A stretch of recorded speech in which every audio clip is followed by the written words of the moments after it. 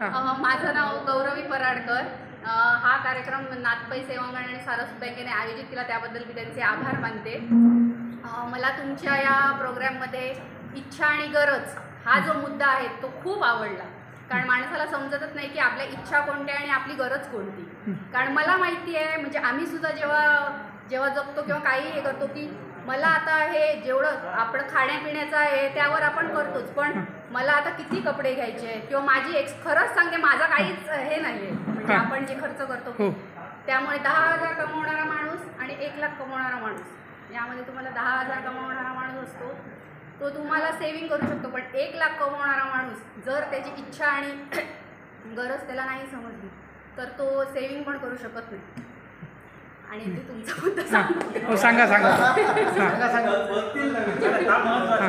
जोडीदार निवडताना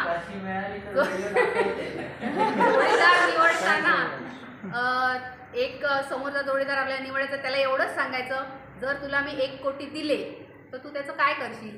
जर तो म्हणाला की मी काहीतरी शॉपिंग करेन,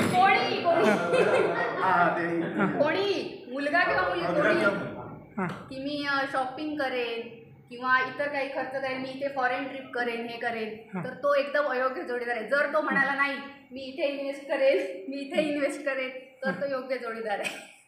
नाही, बरोबर आहे. Yes, thank you. पण मुलांकडे ऑप्शन्स खूप कमी असतात, त्यामुळे आम्ही विचारू पण प्रश्नच विचारू शकत नाही. प्रश्न विचारले म्हणून ते करू शकतात. नाही त्याच्यात तू पेपर लीक करू नको.